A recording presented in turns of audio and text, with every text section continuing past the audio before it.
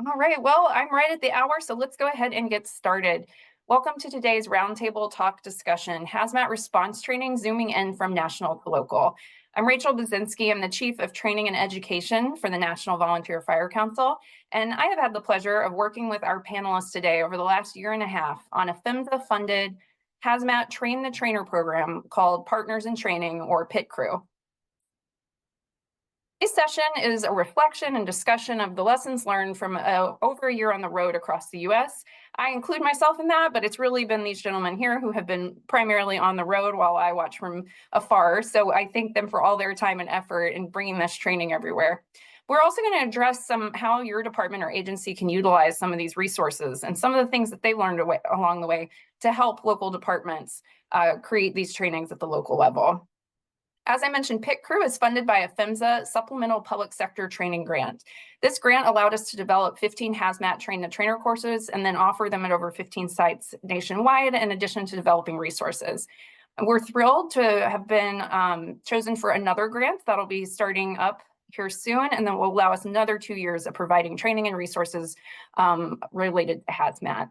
So if you're interested in learning more about our program or getting training as we move into this next phase, you can visit our website at nvfc.org/hazmat, and I will drop that in the chat here momentarily as well. At this time, I'm so happy to have Eddie Murphy from PHMSA here with us today, just to say a few words of welcome. So at this point, Eddie, I'll let you say a few words. Good afternoon. Thank you, Rachel. As Rachel said, I'm Eddie Murphy. I'm the Emergency Response Liaison for the Office of Hazardous Materials Safety for the Pipeline and Hazardous Materials Safety Administration in Washington, D.C. It's a great pleasure to be able to welcome you to the webinar today. And as Rachel said, the NVFC has been a recipient of the public sector training grant funds for the past few years, and have done great work. Tom and Bill and Dave have done a lot of great outreach and in setting up this program and getting it off the ground. And we're impressed with the numbers we've seen so far, and we look forward to further expansion and partnering with the NVFC on this important training going forward. So thank you, Rachel. Yeah, thank you so much, Eddie, and thank you so much for the opportunity both to host this program and for all that you and your colleagues do at that federal level for us. So we appreciate it. All right, so now we will move to our panelists today. They are the lead subject matter experts for our PIT Crew program, so they've helped develop all the trainings that we have in the direction of the program, and they're also our lead instructors. I'm going to invite each of them to introduce themselves. We'll start with you, Tom. My name is Tom Miller. I'm a hazmat technician and specialist. Been in the emergency services since 1979. I'm the old guy in the group. I've been with an instructor with West Virginia University Fire Service Extension since 1990, and I serve currently as the Hazardous Materials Response Chair and the Homeland Security Chair for the National Volunteer Fire Council. Thanks, Tom. And I will just call you well-seasoned. Let's not say the old guy in the group. And then we can go on to David Bullard next. Well, that makes me the young guy in the group, or maybe the least seasoned. I don't know. If I was British, least seasoned would fit because they don't like flavor in their food, but I'm not British. I'm from Georgia. I'm from Columbia County on the west side of Augusta. I work for the fire department full-time here. I'm the training officer for our hazmat team. I teach hazmat on the industrial side. I've worked as an industrial contractor on the hazmat and industrial response side. And I really enjoy being part of this program. And looking at the chat, who all responded, I think I knew all but one person that popped up in the chat. So I'm excited to have some friends here today and excited to be part of this program and have a good discussion today. Awesome. Thanks, David. And you, Bill. Thank you, Rachel. My name is Bill Offerman. I've been involved in the fire service for 41 years in a heavily industrialized area just outside of Chicago, where I served as chief for 27 years, retired about 2 years ago. Life is good. I've been on the NVFC for 24 years now. I serve on the executive board there and chair the finance committee. I serve with Tom on the NFPA 470 technical committee. We've been there, well, I've been with that about 7 or 8 years now. In addition, I've worked on the Jackrabbit 2 chlorine experiments out in the Dugway Proving Grounds. and also the Underwriters Laboratory flammable refrigerants tests just outside of Chicago. About 2.5 years ago, I worked on that as well. So I look forward to talking to everybody today, and hopefully we can get a great exchange going. Awesome. Thank you so much, Bill. So just a few housekeeping notes for everyone on our call today. Today's discussion will last about an hour, ending at 3 p.m. Eastern. And just depending on how many questions we receive. So do feel free to drop any questions you have in that Q&A on the Zoom toolbar throughout our session, and we'll make sure and respond to as many of those as we can. If you have any comments, anything else to add, use the chat. We'll be monitoring that as well. So, within a week, you should receive a certificate of attendance for today's session. You'll get that via email, and we are recording this, and we'll put it on the NVFC's YouTube page so that others can watch it moving forward. So with that, let's jump into our questions. So Tom, you have been such an advocate for this program, and I know for the NVFC's Hazmat program for years, and you were the one who really thought of this pit crew idea. So what needs were you seeing that needed to be addressed? How did you kind of come up with this program? Well, one thing that I saw traveling around the country teaching for different entities was that there were a lot of people that were either A, intimidated by hazmat, or B, they wanted to be able to do more. But when they took their training, the training entity came in, brought all the equipment in, did the training, did the certification, and then they took all the equipment away and went back and left the department with just the bare minimum, basic turnout gear, SCBA, equipment like that. And I've been really blessed to have the support of folks like Greg Knoll and Rick Ettinger and the folks on the NFPA 470 technical committee. So we talking about how can we better do things to improve the operational resilience and capacity of the nation's first responders. Sitting on the National Hazmat Roundtable, we heard things where, a small portion of the nation's response from the fire service, and especially in the volunteer side, was trained to the operations level. So we wanted to come up with a way to get out and train people to train others using basic equipment. And I was blessed. I floated the idea to NVFC leadership and some others, and some people looked at me like I was crazy. And poor Rachel's probably sitting there, some nights laying awake wondering, what are they going to do to us next? And I talked to Dave and I talked to Bill and other people, and Dave's like, let's do this. Let's see what we can do. So we put a project together. We had some growing pains, had to come up with some, material to take out there, quality material. And that's why we tapped some of the best. Barry Lindley wrote programs on the specific chemicals, flammable gases, flammable liquids, chlorine, vinyl chloride. You're not going to find a better guy who knows more about mud puddle chemistry than Barry Lindley. Rick Ettinger is doing risk-based hazmat. He wrote literally, is the guru in that. We've tapped into other resources. We're getting, our decon class is now tapped into Dr. Christina Baxter, some of her material. That's coming up in our next round. We have not met anybody yet who doesn't get some benefit out of it. And we've trained career, industry, military, private response, and we're really pleased. And we'll talk later on about some of the things we're seeing going around the country with regard to training. But right now, that was the impetus of it. How can we get everybody up on the same page? And how can we improve the response capability and the response resilience of the nation's first responder community, especially the volunteer fire departments in the rural area? So that's kind of where it came from. That's awesome. Thank you. And David, I know you were involved from pretty early on too. Did you have anything else you wanted to add to that? Well, I think that some big parts of this are 100% that we come in and we deliver this training that's customized to the students for what's in the area and what they need. And a lot of programs don't do that. And a lot of historical things kind of left you hanging like, well, that was cool information, but what about my needs and things here? So we meet that.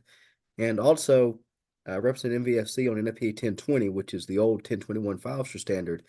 And in each level, at least file officer 1, file officer 2, it says you must be able to do a size up of any incident your jurisdiction can go to, or coordinate initial resources of any incident your jurisdiction can respond to.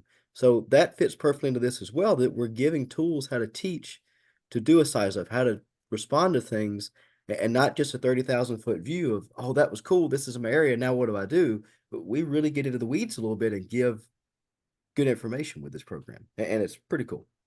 Yeah.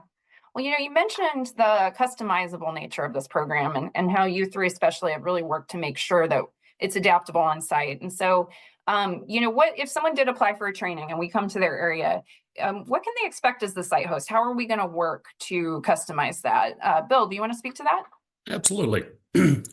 We get a hold of them usually we're working with them on the application process. But about a couple of weeks out, we get a hold of them to make sure that we're aware of the audience that we're coming into. Now, we don't always have all the information because most of the time we draw from 4, 5, 6 states in the area. So it's not typically just, a county or a city that we go into. So we have a wide, diverse group of students that come in. We were in one in particular, we only had 2 fire departments out of everybody there. We had a trucking school. We had Cal Fire. We had Department of Natural Resource. I mean, it was a wide variety, and we had no idea when we walked in. So we get a hold of the host ahead of time. The host didn't know either in that place. And we make sure that the room is set up, make sure we have all of our equipment ready to go. And we try to get as much demographic information as we can on the students that we're going to see, at least the ones that are around their departments, and also what hazards are in the area. And you'd be amazed at how many times we talk to people and they're not even aware of the hazards that are in their community. So after we complete that, I like to, well, we all do, get online and we look up their community and see what hazards they have in their community. And when we come in to teach, we start to talk to them about what they have, how to evaluate to teach the specifics of their community and not just throwing general information out there. And I think that makes a big difference. It really adapts the program to specifically meet their needs. Absolutely. And, I really appreciate the time you all take to have those conversations in advance. And I know, Tom, maybe you can remind me, I know that you found out that, I think it was in Kentucky, that they had the biggest production of something and that you all only knew that by driving around. Yeah, we one of the things we do is we try and get in a day or two early and go and actually drive the area. And when we were in Owensboro, we identified that they have large distilleries and the largest manufacturing, of whiskey. And everybody thinks, okay, well, great, but they use ammonia for cleaning. They use chlorine for different things. And they have all kinds of the fermenting grains create all kinds of off-gassing. And we literally, I was down there with Ralph McNeamer, and we did when we did a class, we literally adapted on the fly and set up in the convention center using some sensor sim technology, set up a gas leak in their convention center. And they were, they're setting up for a convention and we're literally in there doing training. And it's like, okay, guys, you got this. How would you teach, interfacing with a convention center? We teaching gas monitoring and things like that. And they were really, really impressed. And we did a decon class down there a second time earlier. And we got these guys to go out in the middle of November. It's snowing and raining, and they're participating in a decon class because they were like, hey, you're talking about what 4 of our guys went through last week in an emergency. And to get 40 people standing out in the rain and the snow wanting to take their clothes off and go through decon is pretty, it's really eye-opening. And by going in that day earlier, it's like when we were in Potosi, Missouri, we stopped counting at thousands of propane tanks all over the place, and agricultural stuff, and same in other places. And it adds benefit to them because you actually are talking to them about their community and their response needs. It's not a canned slide presentation that comes out of, no offense to anybody, comes out of Washington, D.C. and tells them how they should handle it. We let them, talk about their tactics and strategies, and we work with them to teach their strategies and tactics and why theirs is beneficial compared to what some others may do. And I think that adds a lot of value added to the program.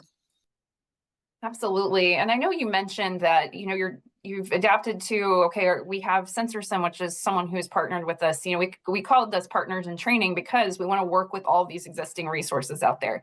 So sometimes we have those opportunities, but Yeah, I think something else this program really focuses on is making sure and training with the kind of resources that people are actually going to have available to them, not expecting everyone will have access to the same technology. And David, I know that you were really good with showing those little things. I know I went to the store in New Jersey and got some peroxide for you that one time. So do you want to talk some about those drills that you do that can really be replicated really easily anywhere? Yeah, so simple drills, and we provide a list of them in the instructor resources to the students afterwards. But as simple as I use arm wrestling to demonstrate the relationship between vapor pressure and air pressure for boiling point and rate of evaporation, which is pretty cool. I try not to pick somebody that's going to beat me. No, but it's a good demo, and just using simple things. Tom and Bill had this idea of using scale model rail cars, and we have a collection of them. And I was looking at them one day, and I said, "Well, we can make a derailment here." So I laid a derailment out, and I said, "Well, we need a consist." So I typed out a consist, and then I said, "We have some realism to this." So if it's a flammable liquids car, I may put a little bit of alcohol in a dish beside it, and the student has to come in with an air monitor, and they're looking for any flammable LEO readings or PID readings around that car to give a size up. They have to talk about how the cars are oriented in the derailment. And you can change it up between students. If you want to have them have to walk a distance, you can make them go to a car, walk 20, 30 feet, get to the next car again, just walk a big circle or something just to mimic the time. None of us can go out and create a train derailment at our training center, probably. Some places do have a couple rail cars there, but the ability to put 6, 7, 8 cars on their side or upside down and make them leak and change the products around, the flexibility of that is pretty cool. Batteries and steel wool to show what happens there. Or my two favorites are to put the contents of a hand warmer in a mason jar and let them sit. And it's an oxidation reaction. It's going to consume the oxygen out. So we'll air monitor that and talk about that, but they have to describe the container. There's a granular powder inside. It's gray or black in color. It appears the lid has a vacuum pulled on it. And then conversely, they'll get a mason jar that has something organic. I've used lettuce and tomatoes from the sandwiches at lunch, or potatoes or apples. Bananas have not worked out well to use. It gets kind of interesting if you use a small jar. But I pour peroxide on it, let it sit an hour or so. The oxidizer, the peroxide is going to decompose. You'll get an oxygen-rich environment, but they'll have to give a size up of it. What's your container look like? Well, now the lid is bulged out. The lid has pressure on it. We talk about if you're going to have to open that container, how do you do it safely? Point it away from you, things like that. But simple drills, and they really don't cost much to do. Yeah. Well, and Bill, I know one of the things that you had helped bring in too was the idea of adding in teach backs so that they're Right. getting that chance to practice. When we call it a train the trainer, we want to make sure that you're ready to go train this. Do you want to speak a little bit to that? Absolutely. A lot of the classes, almost everybody that we teach, we have them get up and teach something in the class, and everybody goes directly into basically a descriptive speech. So we have to get them out of that and into building objectives and into JPRs. So they actually have, so the students have an idea of what's expected of them in the class. So to transition them out of their descriptive, because they'll get up and they'll talk for 10 minutes, and then I'll ask the class, okay, what did he want you to know or she wants you to know? And they always say, I have no idea. So then we get into the objectives and how to write the objectives and put in what you want them to learn.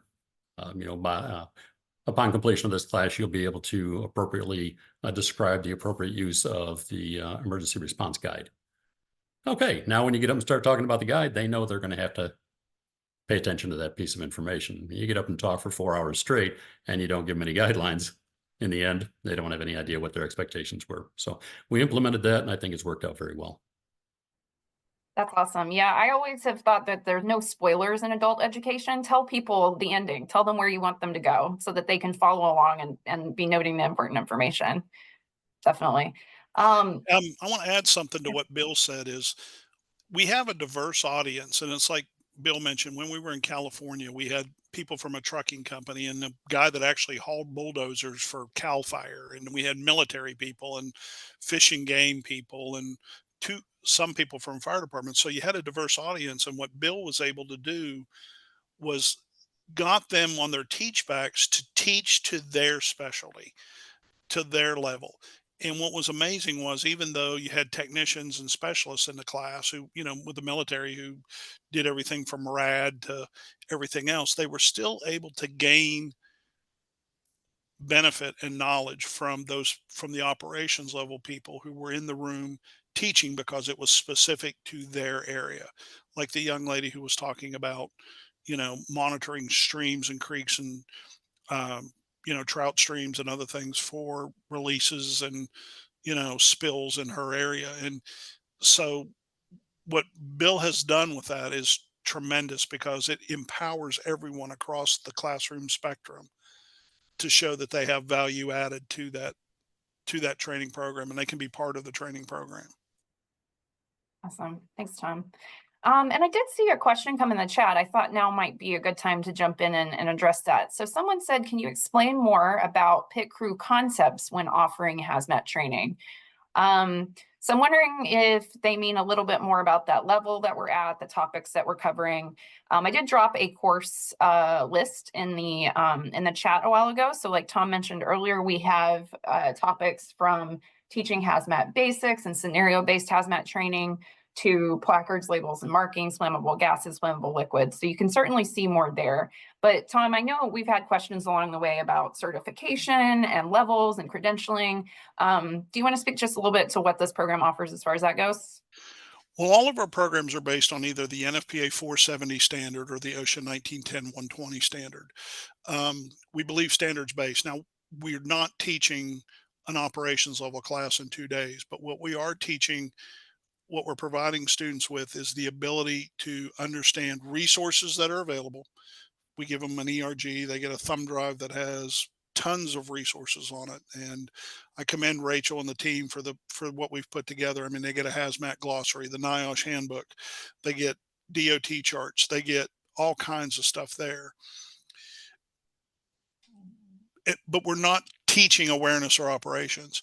We're teaching people how to identify and do some kind of risk assessment. Because any training program for an organization has to start with a risk assessment. What are you dealing with? And does everybody need to be trained to a technician or specialist level? No. Does everybody need to be an instructor? No. But how can you teach a simple drill on a 2-hour or 3-hour drill, or an 8-hour day, or a 4-hour drill, that will accomplish what helps you meet your risk? At the recent training we did here in West Virginia, Rick Ettinger did a great job of going over risk-based response and how we did it. And then we took the students outside and we had a rollover prop from West Virginia University, which was really cool. And we had it leaking a liquid, and we divided them up into groups. And okay, how would you teach product control with this group? How would you teach patch plug for the technicians? How would you teach patch plug on this?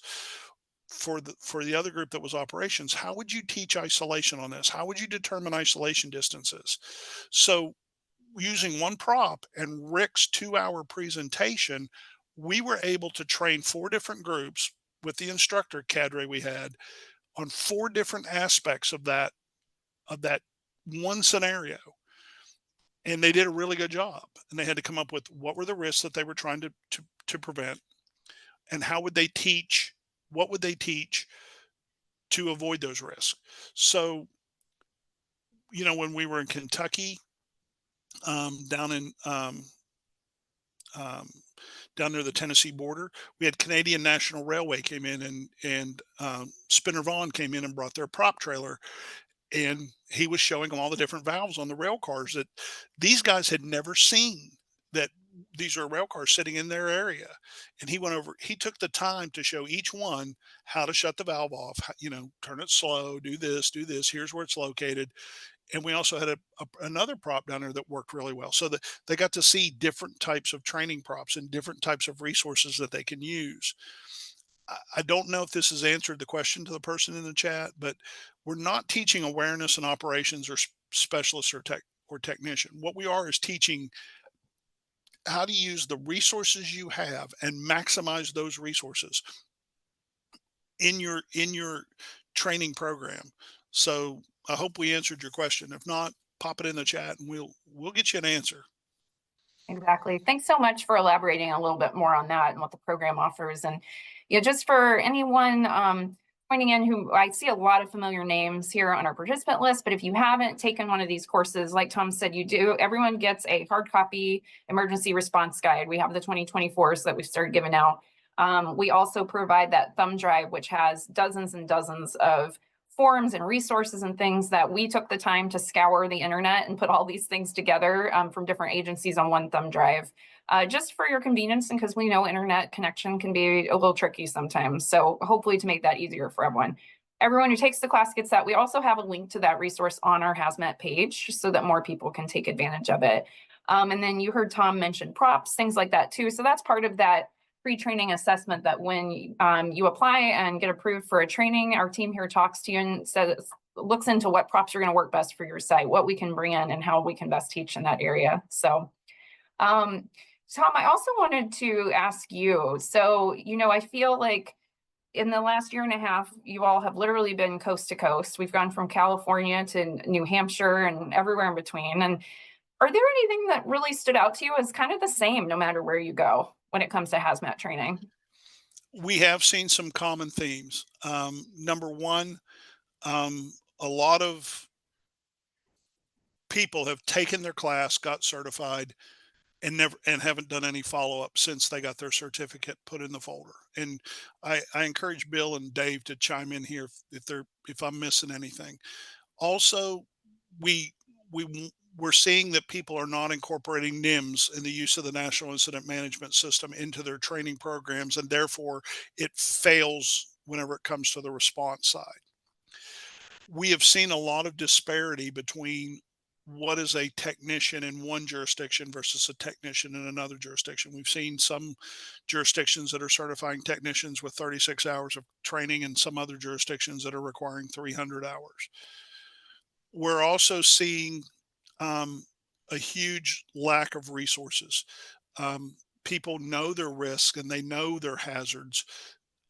They struggle with how do they come up with a training program for those hazards, or how do they get the equipment. So that's why we have one course that's called Teaching Hazmat on a Budget.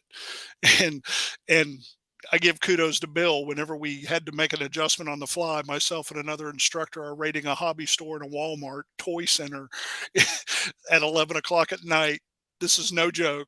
And they probably thought we're crazy. We're in there picking up rail cars and toy trucks and other things like this to come up with training stuff. But you got to do what you got to do. And then we came back and gave Rachel a shopping list, and we put together this kit because, Bill said, let's come up with some scenarios. And we were like, okay, well, let's go find where we can get the scenarios. And Bill gave, like I said, we rated something.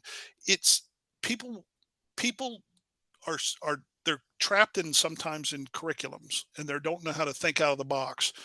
And I got to give credit to Dave Bullard. I have never seen anybody take a pop can, a blowtorch, a styrofoam cup, and some ammonia and cover product migration, vapor migration. And we did that in New Hampshire to show people, because they didn't understand how ammonia could get up inside bunker gear and move with the person. And Dave did a great job. In less than 2 minutes, he threw a scenario together, and, using litmus paper and some other stuff, it was really, that little 3-minute, 5-minute exercise had everybody's attention, from hazmat specialists to hazmat techs. And Dave is really good at that, thinking on the fly. Bill is really good at helping people get focused on just changing their thinking paradigm enough to turn you're saying the right stuff, turn it into an objective and turn it into a teaching point. I seem to be pretty good at the technical knowledge, but sometimes they got to redirect me and we got to get focused. But one thing I've got to give all of our instructors great kudos on, all of them, Corey, Ralph, Tom Kiefer, Barry Lindley, Rick Ettinger, is we know when we can see that when the garage door is coming down over the eyes, and okay, we need to shift this up and change the game a little bit. And we certainly do not do death by PowerPoint. And I see some comments down there. Some people said great trainings. They've been to a couple of us. We actually have some people that we're kind of a little worried about. They're like roadies. They follow us like the Grateful Dead. So So we're kind of, some people have been to 3 and 4 trainings, but we've got it. We want to keep it. If you take teaching hazmat on a budget in one location, it may not be the same in a different location, because we're changing the game plan up based on their risk, based on their hazards, targeting specialized resources for them. So that's one thing we've seen. And the last thing I'd leave is, a lot of people do not realize the training resources that are out there, like TransCare, all the stuff that FEMSA has on their websites, stuff like with the Propane Education Research Council, stuff with the, the pipeline industry from FEMSA, simple apps on their phone like Buxus. Wiser went away, but there, a lot of them, people aren't necessarily familiar with a lot of the tools that are out there. And that's one thing that I think we really give them, but I'd defer to Bill and Dave to add on if there's anything that I missed. Well, I think that one thing we have to keep in mind, and this is something that I really believe in, if you look at what the regulations and standards say, OSHA says 8 hours of hazmat training a year. If your state does ISO, it says 6 hours a year. And you kind of get caught in this trap of that's what the training has to be, is a 6-hour block of hazmat or 8-hour block of hazmat. And in reality, I would encourage people to sprinkle it in like trail mix. I got that from Frank Lee, the recently retired from FDNY, that when you want to make a topic known to people, you put it like trail mix in your other topics. So you can mix a little bit of hazmat into an EMS class. You can mix a little bit of hazmat into a structural fire attack class. You can do that and get those little sprinkles in there, and folks are always engaged and looking for it, versus dreading, and we had this whole 8-hour lesson today on hazmat. Mix it up, find ways to integrate it, and just do a little bit here and there, and just, hey, I saw this container last week, it drove through. Let's take 5 minutes and let's just size it up and talk about the chemical. Little things like that keep people's brains engaged into what you're going into. And if you look at the concept of microlearning and how the modern learner thinks and gathers knowledge, that fits right into that. Tom spoke briefly about NIMS, and we've integrated a component of NIMS into the coursework and also into the teaching points. Across the board, we see very few departments actually use the NIMS forms, and it's actually a nice process to follow through to develop objectives so that you know what you're working on next. When are you actually done with this call? What are all the parameters, the weather, the hazards, everything else, doing a briefing. So we actually have them go through in their teaching points and actually do that as well. And I think that's been well received. One thing else I would add, a common thing we've seen, and Dave and I have talked about this, and Bill, is there's a lot of people that were quote unquote taught sampling detection and monitoring who do not how to use a meter. And we've got to bolster that. They literally walk around like they're holding their cell phone, and they don't understand true atmospheric monitoring or using a 4-gas or a 5-gas meter. And that's one of the things that we've been stressing a lot more. We stressed it in a recent training here in West Virginia, and we stressed it in New Hampshire. And I think it's because people have, they in their curriculum for operations or technician, they had an hour on how to use a meter, and they didn't really spend the time. I don't want to say it was bad instruction, but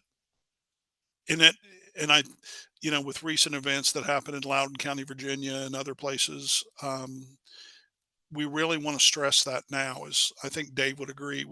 It is a component that can literally save lives, and we've been working more on incorporating that into our trainings. But wanted to add that as something we're seeing pretty consistently across the country, and it's not limited to the volunteer fire service.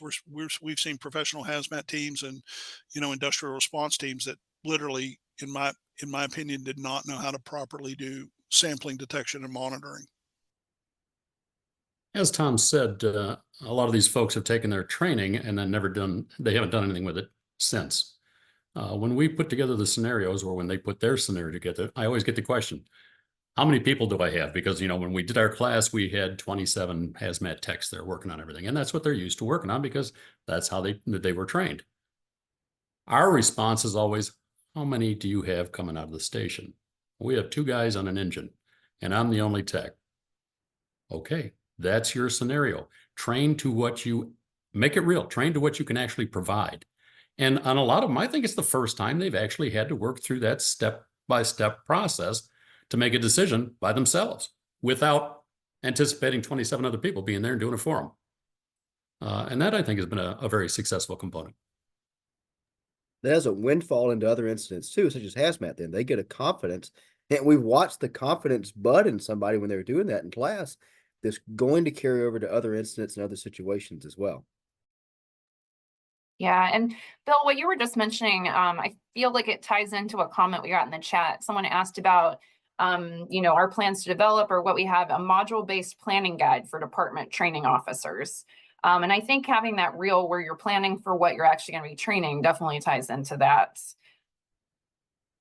So we do have every person who comes to this gets an instructor guide for the course that they took the class for. But I know that we also have some of our courses that focus on risk-based analysis and building your program. I don't know if you want to elaborate on that a little bit. What we might have for training officers as far as planning out what hazmat training they should offer. It has to start with the risk. It has to start. Rick Ettinger's going to do a webinar for us on risk-based response. And I encourage you to watch that and to look at his. You can't build out your modules unless you know your risk. And then we stress all of our training, like I said earlier, is based on the 470 standard or the OSHA standard. We're not saying you have to buy it all or adopt it all. The authority having jurisdiction has the authority to adopt a standard in part or in whole. But if you're going to teach sampling, detection, and monitoring, teach to the standard. If you're going to, form a hazmat team, look at NFPA 475. That's a great document over the oversight and management of a hazmat team. But pick out the parts that you want. Now, with regard to that, our pit crew program has training on flammable liquids, flammable gases, chlorine, vinyl chloride, all these different things. And then you can pick and choose from those. We also have on our NVFC website a program that Dave and I worked on, which is called FD Prep, which has to do with pipeline response.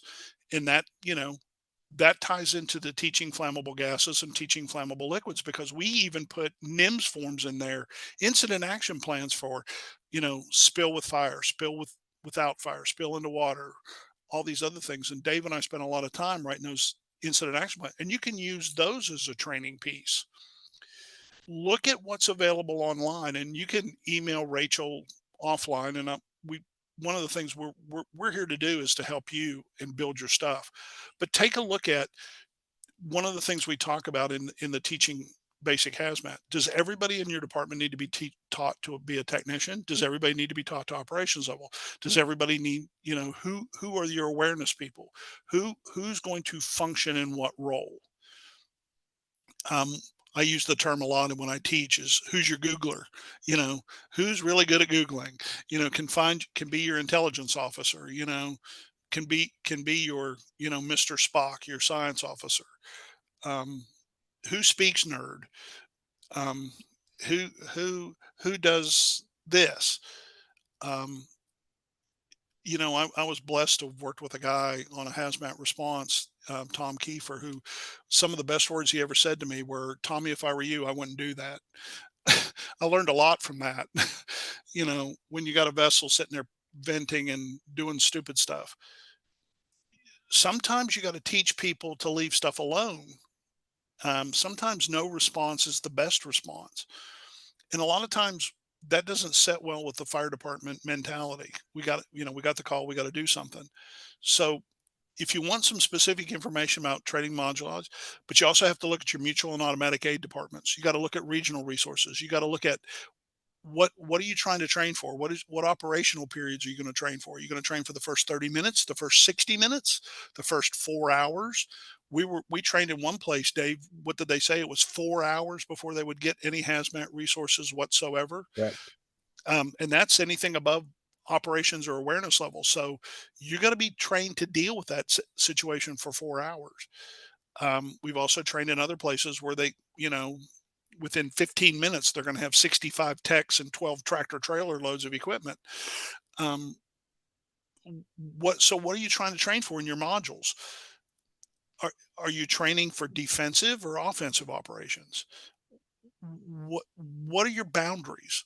And if you want to email me or email Rachel, we'll be more than happy to work with you and help you develop a plan. You know, we're here to help. The number one goal we want is so that you develop confidence and resiliency and operational capacity. That's what our goal is. We want you to be able to teach your people so that they come home and don't misread a 4-gas meter and not know the conversion of 1.6 on propane versus natural gas and get, blown up. We want you to understand that you don't, may want to do dry decon for ammonia versus wet decon, so you're not creating acid that's going to burn the responder.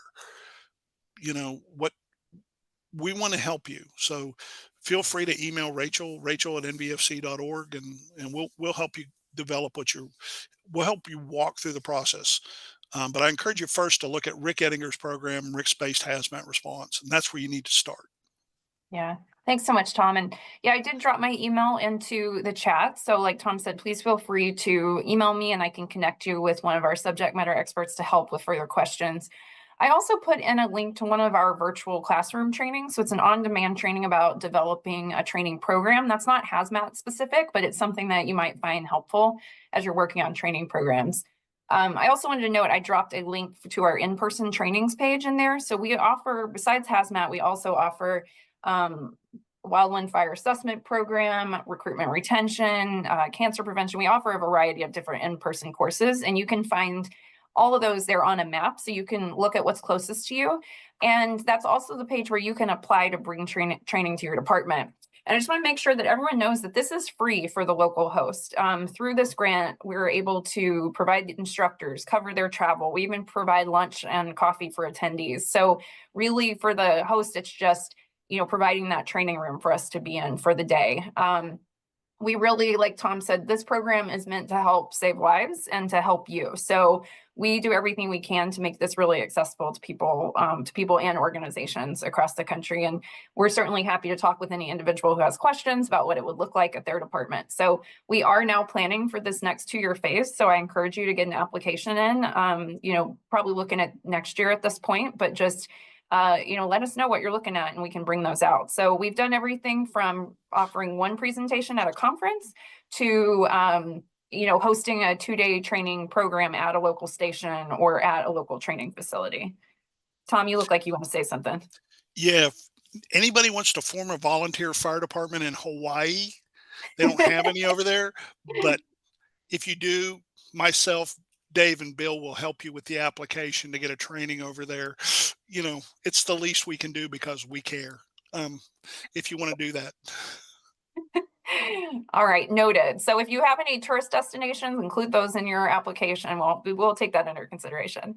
But no, just really happy to get the work out. So the information out.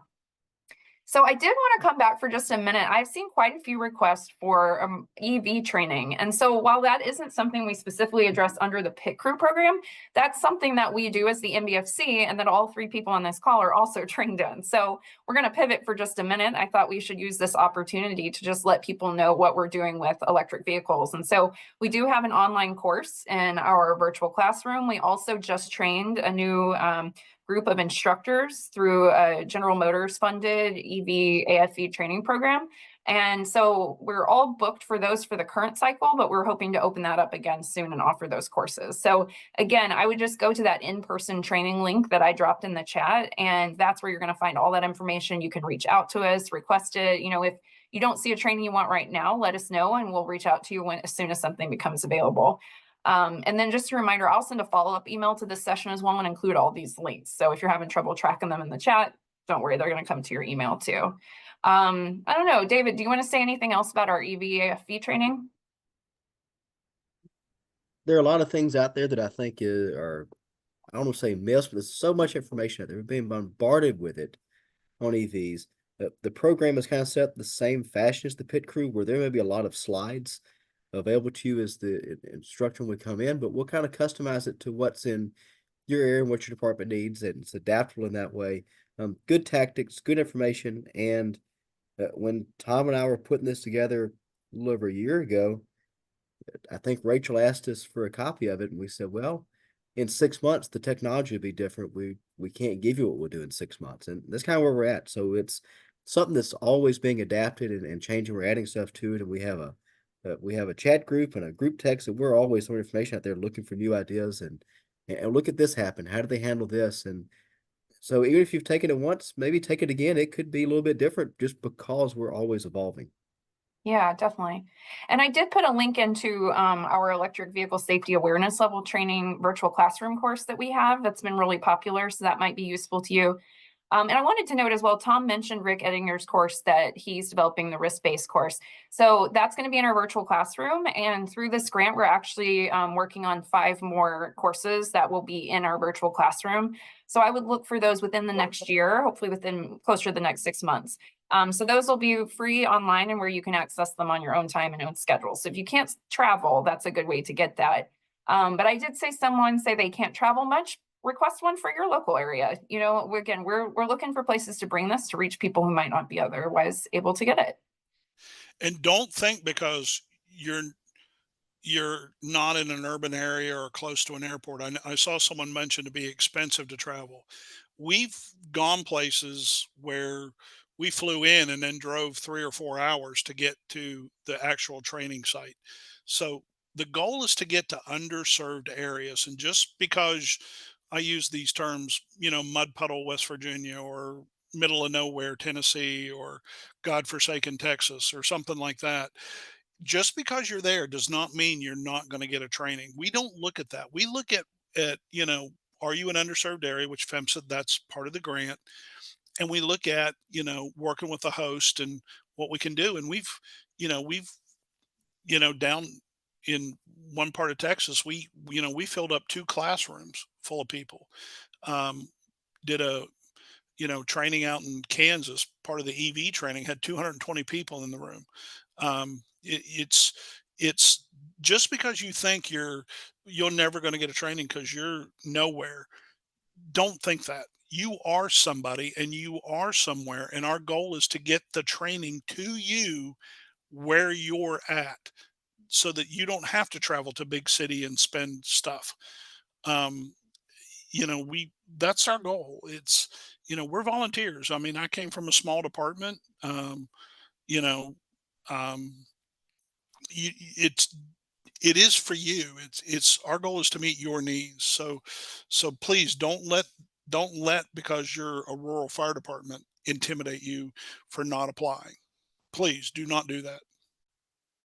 Yeah, absolutely. Like he said, we're really willing to work with anyone to make this happen. We do ask, for a minimum number of students, but we put all our resources from the NVFC at the national level with promotion, helping people get there, providing stipends when we can. So definitely just reach out. We're happy to work with you. And one question I wanted to make sure and ask before we kind of start wrapping up and looking at questions. We've looked at what are the most requested courses, and definitely teaching hazmat basics, teaching hazmat on a budget are really popular. We've also had a lot of interest in cargo tank awareness. Bill, I'm curious what you think is going to be the most popular courses moving forward, and where maybe there's room for us to develop new courses too. As Tom and Dave both have said, everything is changing all the time. It's really hard to put together a course that lasts longer than 6 months because of those changes. And I was just looking at, we talked about the EV stuff, all these batteries that are out. And it's not just on cars, it's on bikes, it's on radios, everything. And they're having major problems with them when they have a thermal runaway on them. And with the new emerging batteries, how are we going to test this? And what are the off gases going to be? How's it going to affect our air packs, our turnout gear, our equipment? Just a few of the batteries now: lithium sulfur, lead acid, cobalt-free batteries, solid-state batteries, nickel manganese, cobalt, graphene batteries, nickel metal hydride, sodium batteries, nickel cadmium batteries, all out there. And then what are we going to do with normally aspirated cars? You've got ammonia coming out as a fuel now. We were in California outside of Sacramento. It's the first time I've ever seen hydrogen filling stations. And we saw numerous of them out there when we were there. So I haven't had any experience with that. So I think that's going to be our next area to move into are all these alternative fuels and alternative batteries. We're going to have to chase that. And also the flammable refrigerants that are now coming out. That's going to be a considerable change as well. And I would say definitely we're probably going to develop a train the trainer for air monitoring just because it comes up every class. That is definitely a need. Yeah, teaching air monitoring and teaching that's what I see as a big one. Also different container types. In the past 6 months, I've probably shared with Dave, and Dave has shared with me and Bill. Bill sent me stuff, probably 20 different types of new tank trailers. And a new 331 we saw the other day that has airplane wings on the back and is shaped, it's designed to minimize rollovers. So, tank, container awareness, tube trailers inside box trucks, different types of stuff, different cast packaging on some rad shipments, different stuff. I can see lots of different things coming up. And one of the things I love about this team is we're all passionate about researching everything and taking a look at it and trying to update the material. So I see lots of different things coming up. Going to be interesting. Absolutely. And that is one of the reasons, besides just offering training, that we're so glad to get more years for this program, is because there's always new things we could be doing, courses we could be updating. It's not a stagnant program at all. So I did have a question come through. Do these classes qualify for the New Jersey HAZCOM operation certification? I know we talked a little bit about the certification in that question earlier, but Tom, I don't know if you want to just respond to that question.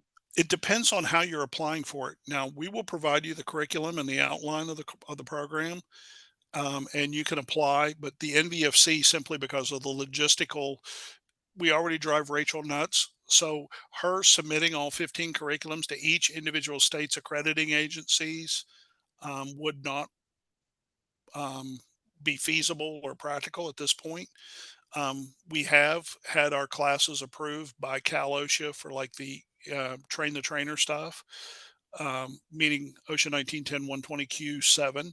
But we're more than happy to work with you with New Jersey to get, and work with individual states if you have different issues. I know that many states have recognized it as the 8 hours of continuing education for hazmat as required by OSHA. As of right now, and I say as of right now, there is not a continuing ed requirement under the NFPA standard or for Pro Board, but we have not sought Pro Board certification or anything like that on any of the classes. But if you want some help with your New Jersey application, we can certainly work with you on that. Tom, if I remember right, we did our first training in New Jersey, and I think that came up then. And if I remember right, we did meet the requirements. Don't quote me on that, but I think we did. And certainly that's a good foreshadowing that you may start seeing refresher requirements or community requirements in NFPA standards. It's a good foreshadow. Yeah, it's also, just so you know, many states who, in order to get certification or get certification accreditation, they require a test. And right now we are not testing any of our programs. If anybody wants a test, please let us know. We can bang out test questions out of a test bank, but right now we're not testing the questions. And we're not necessarily a repository of training records. Now, some places where we've trained, like in Texas, when they registered for our class, they also registered with TEACS and got a certificate from TEACS. And we've done some dual stuff out there in the world, but each individual jurisdiction and authority having jurisdiction is different. Yeah, we do offer a certificate of attendance for each course. So if it's just simple documentation that you spent the time there, we provide that. But like Tom said, we can look into those other things and talk to you a little bit more about your state and local requirements as requested. So we are coming up on our last 5 minutes here together. So just before we close, I wanted to give each of our panelists a chance, if there's any, hot issues, burning topics, some last word of wisdom or reminder you want to give to our attendees today? Just a minute or two each to kind of wrap us up. And I'll start with you. A minute or 2 minutes tops. Understand. Okay. I just encourage you, if you're interested in having one of the trainings, apply. Go to the nvfc.org at the hazmat page and apply. I can assure you that you won't be disappointed. We're going to do our best to tailor it to your specific region and your jurisdiction. Awesome. Thank you. Bill? We have just to tie into what Tom just said, we have a wide variety of courses that are available, and it's not a one size fits all coursework.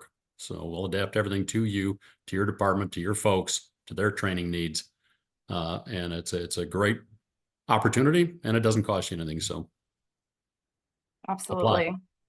Thanks. And David? First, you can hit any of us up and pick our brains anytime. We're more than willing to do that, to develop your brain trust. And I tell people that the best way to learn things about your area is to get out of the walls of your fire station to do so. So if you're out riding around and something passes you with a placard on it, if you're driving, don't do this. Have somebody riding with you, write down the UN number or what the container was and go look it up later. Look what's out there. Use flow studies, use commodity studies, things like that to learn what's out there and develop your drills, develop your training in your department from that. About 30 minutes north of me yesterday, they had the department had a fire involving a liquid oxygen tanker. I talked to some of the guys on the scene. They had no idea the facility existed until yesterday morning when they got sent there for a fire. And that happens. It happens around the country. And I'm not knocking them on that whatsoever, but if you get out and ride around and you see something interesting, slow down and take a look at it, or Google what the business name is, something like that. And you may be surprised what you'll find and use that to build your training and develop what your hazards and your risks are. Awesome. That's great advice. Thanks so much. So this has been just kind of a deep dive of what we have been doing, what we're hoping to do, how you can get involved and request this training and resources. I'm seeing a lot of really great comments. I hope that this was really helpful for everyone. Like I said, we recorded it. We'll post it online. So if you need to make the case for bringing a training, feel free to share this webinar as a resource. If you have other people interested. And I will send out links and a certificate and everything else within the next week. So just keep an eye out for that. I just want to say a huge thank you to Tom, David, and Bill for their time today and for everything they have done for this program and for the NVFC in general. We're lucky to have you three, and we don't take that for granted. So thank you so much. I want to make sure David sees that several people said you're their hero in the chat. So those, you owe them, you pay them their dues later. I paid them all already. Okay, gotcha. And so that is it for today. So thank you all so much for your time. Everyone stay safe out there, and we hope to see you on a training again soon.